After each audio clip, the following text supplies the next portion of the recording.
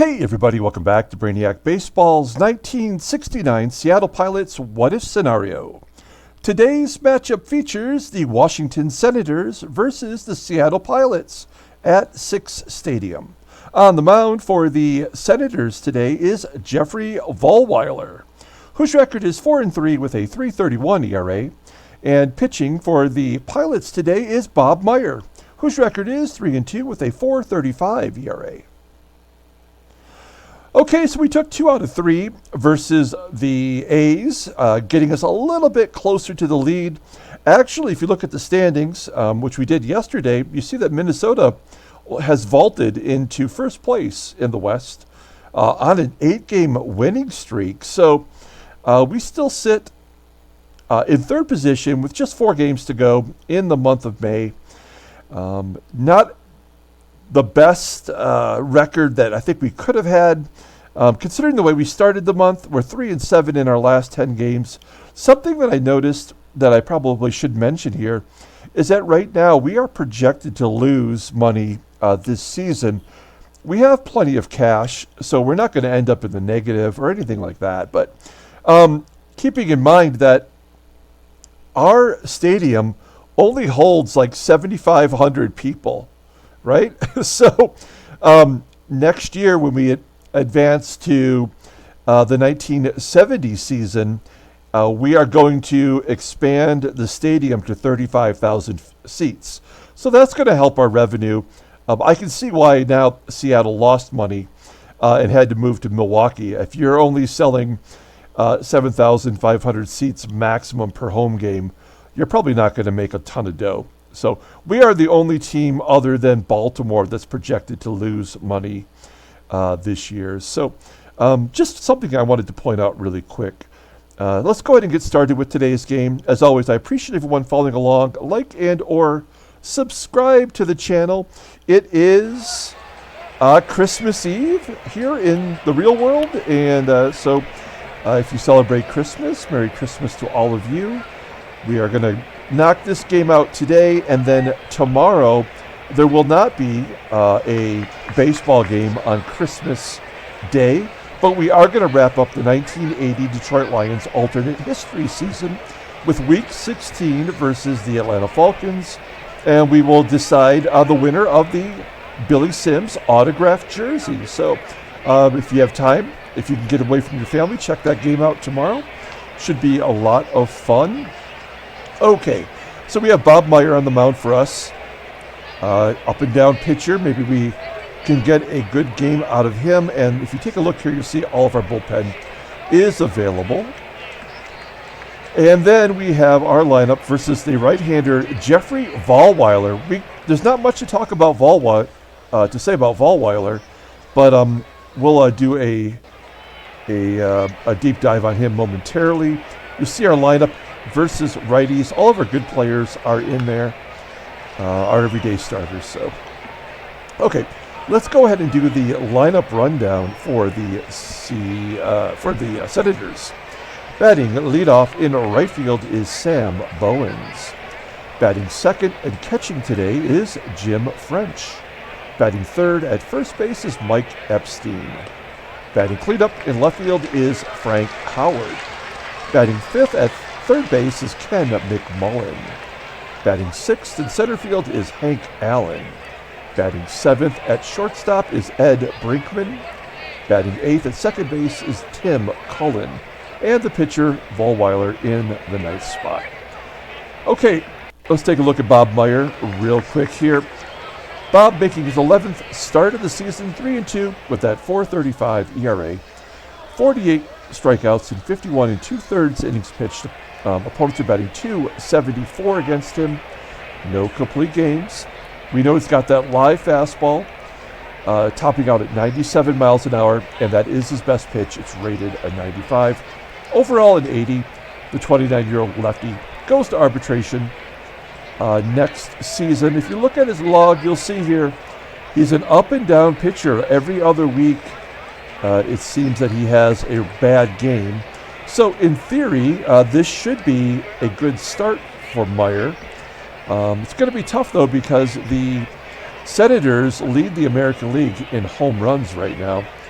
We're going to talk about that here shortly. There's our infield. Everybody above 80, or 80 and above, I should say. And there's Harper out there and right. He made his first error of the season yesterday, so we have to take back all those nice things we said about him. Okay, here we go. Sam Bowens leading off. He leads the American League with 15 home runs this year. They have 3 players at 10 or more, and McMullen has 8, so they are crushing it. Here we go. Sam Bowens leading off against Bob Meyer, 0-2 count, and a ground ball to short. Nicely done there by Kessinger. There's 1 down. We've got back-to-back lefties now with a Jim French up. French sends a fly ball into left center field, caught by Hegan for out number 2. And the power hitter Mike Epstein, batting .297 with 10 dongs. He gets some good wood on it. Flips it out to right field for out number 3. So good 1-2-3 inning for Meyer. We go to the bottom of the first.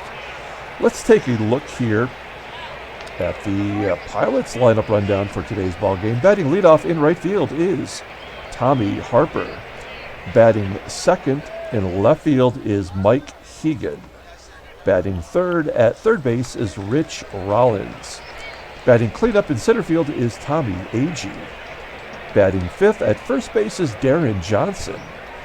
Batting sixth and catching is Jerry McNertney. Batting seventh at second base is Van Kelly. Batting eighth, playing shortstop, is Don Kessinger. And batting ninth is our pitcher, Bob Meyer. Okay, so this is Jeffrey Vollweiler. Now, this is one of the things that I really like about Baseball Mogul. One of the advances that they've done over the years is they are adding what you might want to call significant minor leaguers to the game. Jeffrey Vollweiler falls in that category. He never pitched in the major leagues. He only ever pitched in the minors. He was drafted in the 20th round in 1968 out of American University, out of Washington, D.C., a place where I spent a lot of time in my youth. I mean, he's a 20th round draft pick. I don't know why specifically he was included in this game. In 1969, in real life in the minor leagues, he went 11-12 with a 3.48 ERA. So he was actually a pretty solid minor league pitcher during this era. I tried to look up more information on him. I tried to find out what he's doing today, if he's still around. I couldn't find anything on him.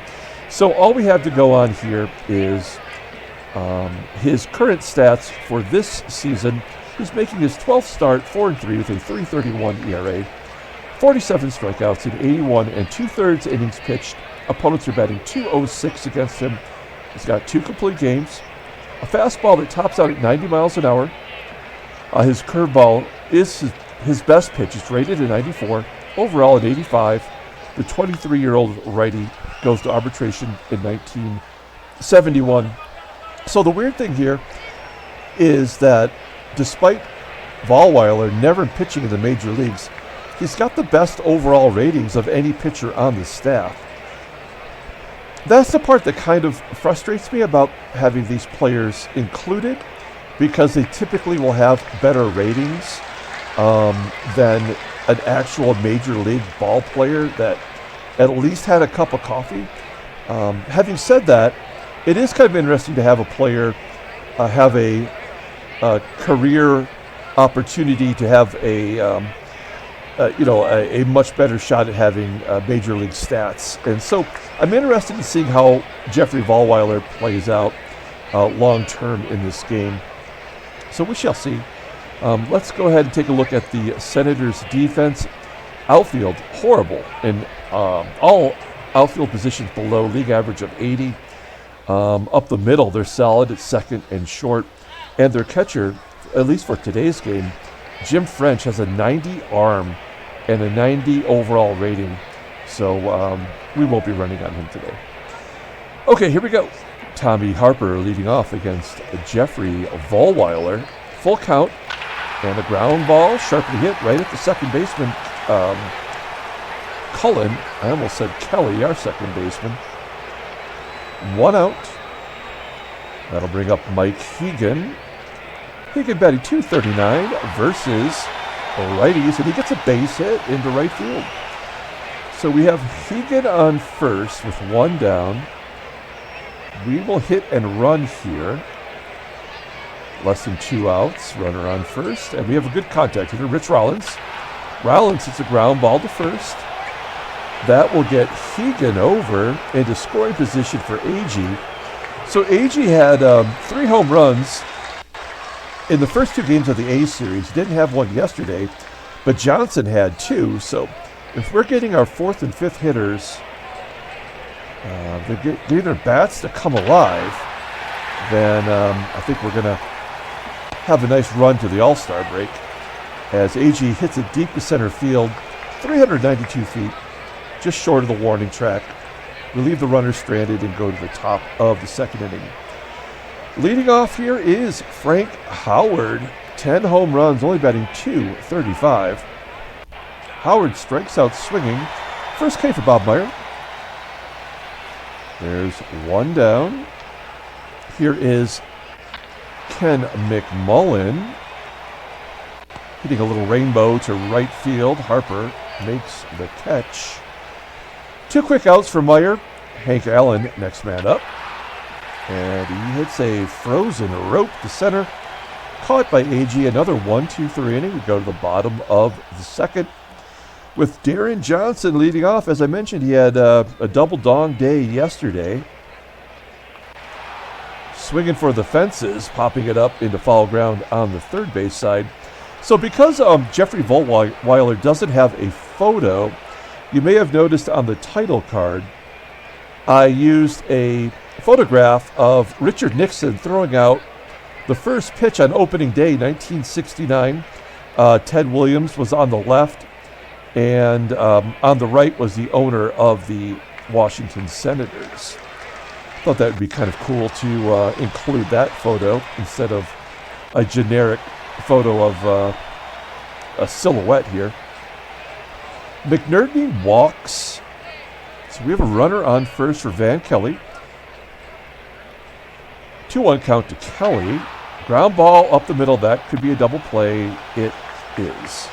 4-6-3 double play going to the top of the third inning with Ed Brinkman leading off.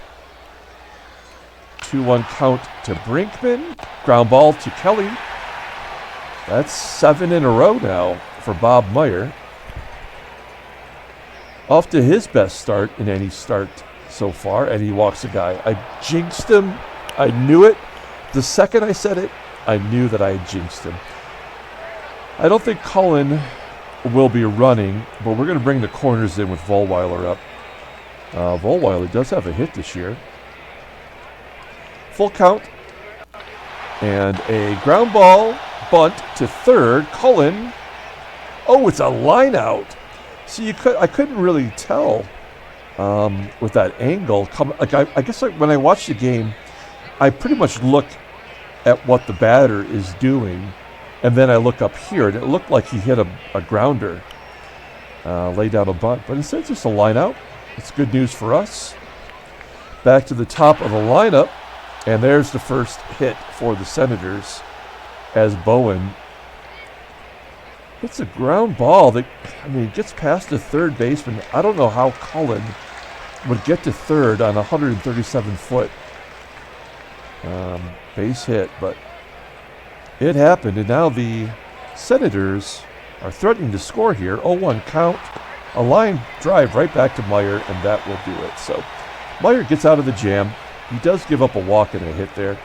Stranding the runners, we go to the bottom of the third inning with Don Kessinger leading off. Kessinger absolutely been terrible for us. I probably should show this. He's batting 167 overall, but batting 125 with a 292 OPS for us. The only thing that he brings to the table is his defense. He has not committed an error since coming over from the Cubbies. So, not offering us much offensively. Bob Meyer with one down, pops it up into foul ground, almost right into this guy's part. Was out number 2.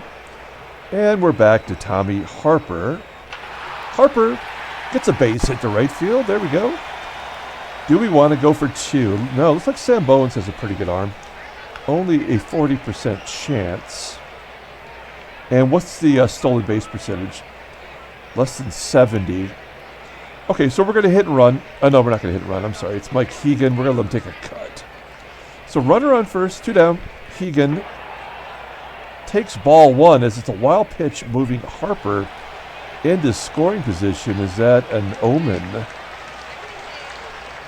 Will Hegan get a hit here to drive him in? Nope, ground ball to short. Play made by Brinkman, and that'll do it. So we are scoreless, headed to the top of the 4th inning.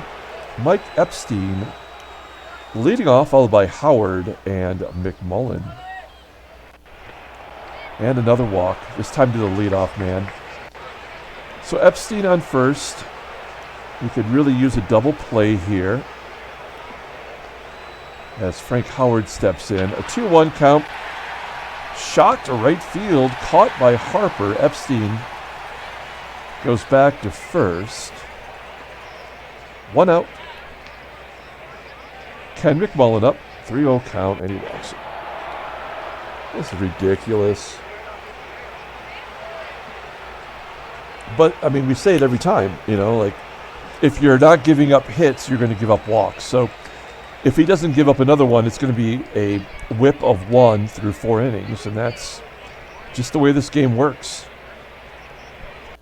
There's the old walk-strikeout combination. This is stuff we know all too well. And we can't pull the outfield in, so we just have to play it straight away and a base hit. So that's going to make it 1-0. There's nothing we can do about it. We just got to play it out. Another base hit, 2-0. The pitcher popping it up. So it's going to be 2-0 headed into the bottom of the 4th inning. We've got Rich Rollins leading off. This is the other frustrating aspect of having a pitcher like Jeffrey Vollweiler in there. If the guy had never played in the major leagues, why would his ratings be so good, and why would he be a better pitcher than Bob Meyer, who was not a really good pitcher in real life, but at least he made it to the majors. But Vollweiler may not give up another hit all game. As Agee hits a fly ball to center. And Deron Johnson.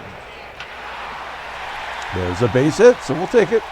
Of course, all of our hits are with 2 outs, so no clutch rallies as McNertney, who walked first time up, grounds out to first. We're moving on. Here's Sam Bowens leading off. 3rd time through the lineup. Base hit. Oh, nope. Ground ball to Brinkman. That's the one good thing he does for us. He's got good range. 1 out. Jim French drops it into right center field. Caught by Agee on the run. Good job. Our defense is keeping us in this ball game right now as Meyer strikes out Epstein for out number 3. We're going to the bottom of the 5th inning with Van Kelly leading off. It's the bottom 3rd of the lineup. And a walk. So leadoff man is on. We're going to hit and run with Kessinger. He is a good contact hitter. Ground ball to first. That'll get Kelly to second. We may as well let Bob Meyer take a cut instead of, a sacrifice bunt would get him to 3rd. But who knows? Maybe he'll drive him in, and if not, at least we have Harper up. 2-1 count. Oh, he flips it to right. Is that going to fall in?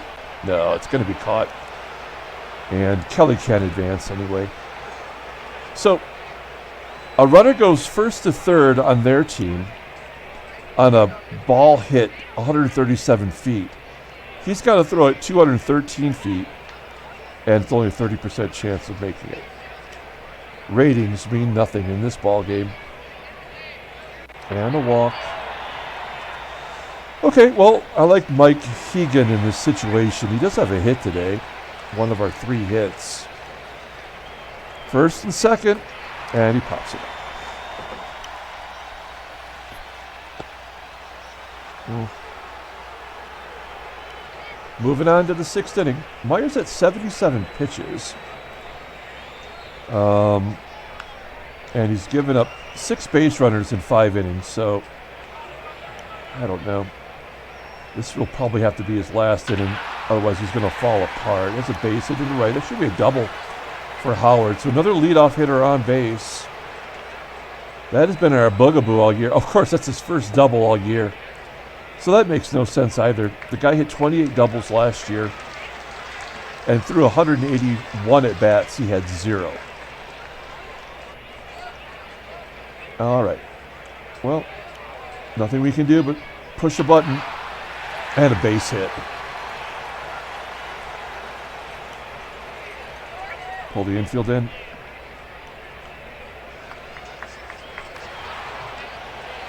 Allen popping it up onto the outfield grass and left, caught by Kessinger. There's 1 out.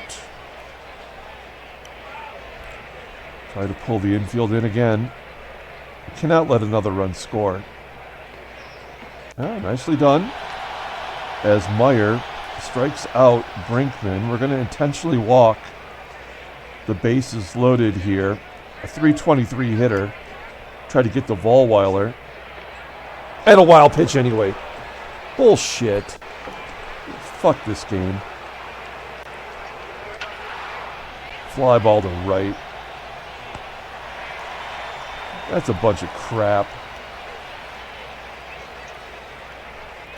Wild pitch on an intentional walk.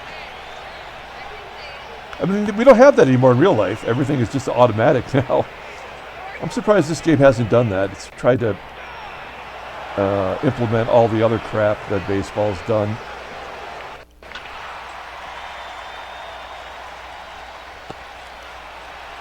Going to the top of the 7th inning.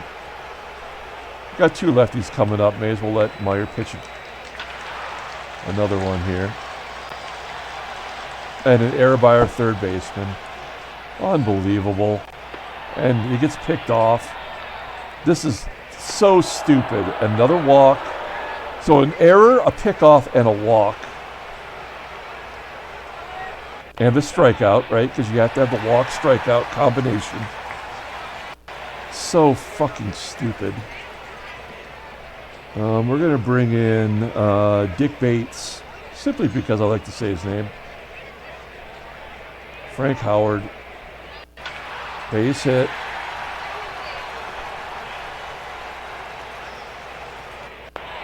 And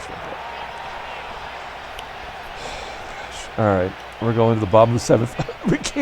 we can't break through against a nobody. Can't even get a run. It's going to give us one eventually. It'll be something ridiculous. It'll be a 9th inning solo shot or something. Yeah, I mean, 3 outfielders.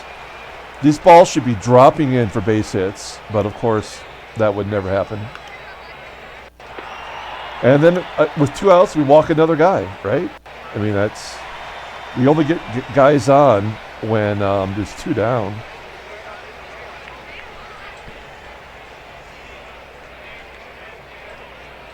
Pitch hitting Don Bosch, who strikes out.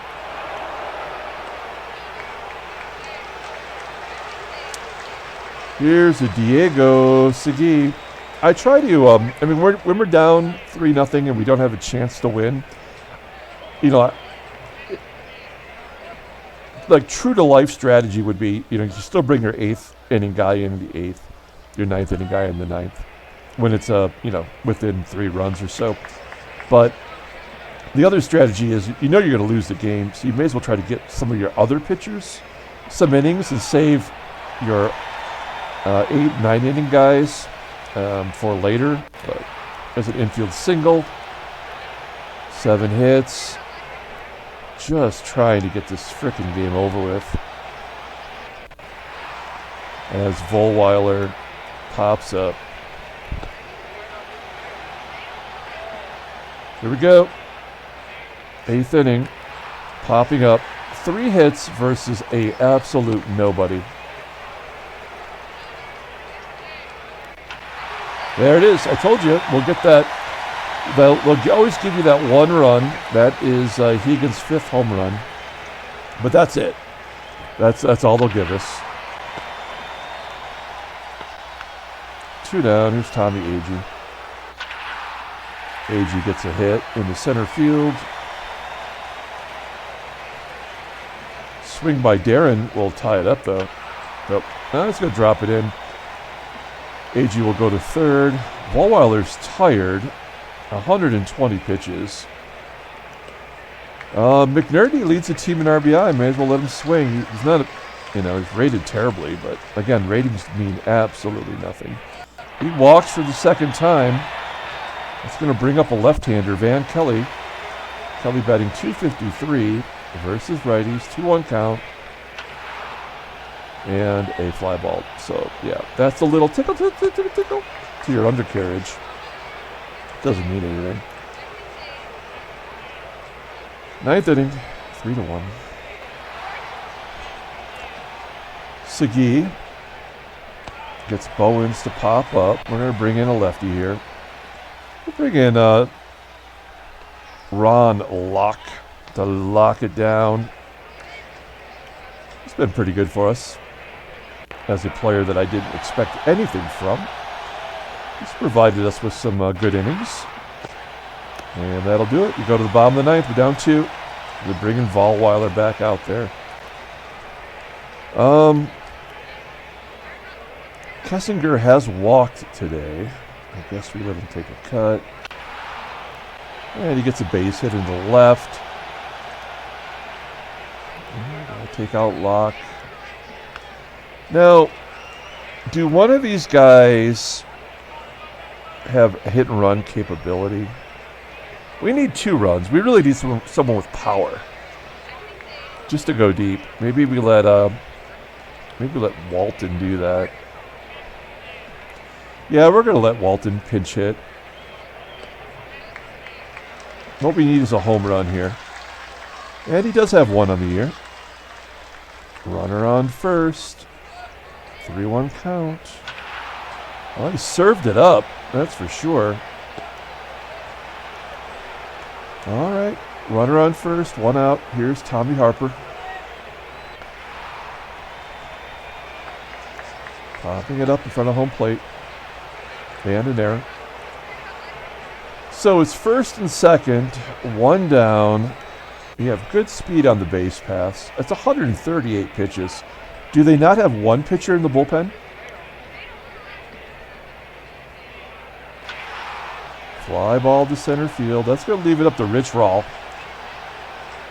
as Kessinger tags and goes to 3rd. That's irrelevant and a stupid thing to do with the game on the line.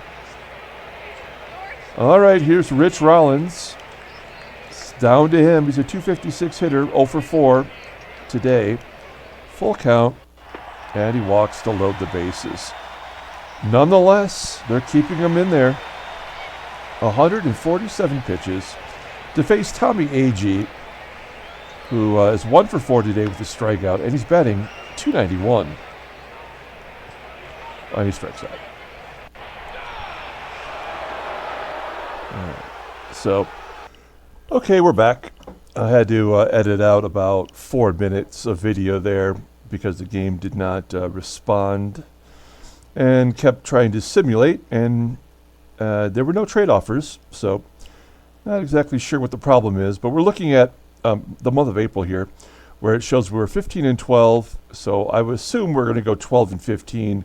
So that means we're going to win 1 of the next 3 final games of the month. Let's take a look at the standings, and there you have it. Let's take a look at the National League.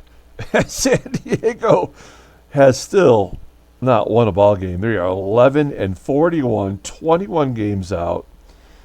As the Dodgers are playing at a .615 clip And San Diego's playing at a 2-12 clip. They've lost 8 in a row. That is embarrassing. Let's take a look at headline news. Brainiac Baseball, Daily Beat. White Sox closed to within 3 of first. I guess I've been pronouncing this name wrong. It's Don Pavletic with a dong and nothing else. So take a look at transactions. Is there a trade? There is a trade. It is one that is interesting as the Mets and the Dodgers do a deal. Bud Harrelson, leaving the Mets, headed to the Dodgers to play shortstop, not having a good year anyway. And Von Joshua, a minor leaguer, going to the Metropolitans. Great defensive outfielder. Nice. So maybe a player of the future there. Otherwise, nothing else of note there. Let's pull up the box score and get out of here. Thanks for watching, guys. I hope you all have a Merry Christmas tomorrow. As I mentioned, no baseball game tomorrow. We're just going to do the 1980 Detroit Lions alternate history and give away that autographed jersey. On Tuesday, for Time Travel Tuesday, we have the 1984 Topps baseball rack pack that we will be opening. That will be fun. And then with the football season done, I'm sure we'll do a video where we'll take a look at the draft, thing like that. I'm not sure I have no idea what the off season is going to be like. But once the football season is totally complete, then we will get to playing regular Pilots games every day. We may need to double time it in order to get ready for the 1984 Detroit Tigers season replay coming up in late March. Player of the game, we're going to give it to Hegan because he had a home run. It doesn't matter. Bob Meyer pitched okay, but he gave up 10 total bases, plus that wild pitch, plus the error. I mean, there was never going to be anything we could do about that. The bullpen did their job. And, of course, Jeffrey Vollweiler, a guy who never pitched in the majors, has won more games, 5, than anybody on our team. That makes total sense, right? Okay, that's going to do it. We're going to come back tomorrow with the 1980 Detroit Lions alternate history game versus the Atlanta Falcons. Until then, everyone, have a great day.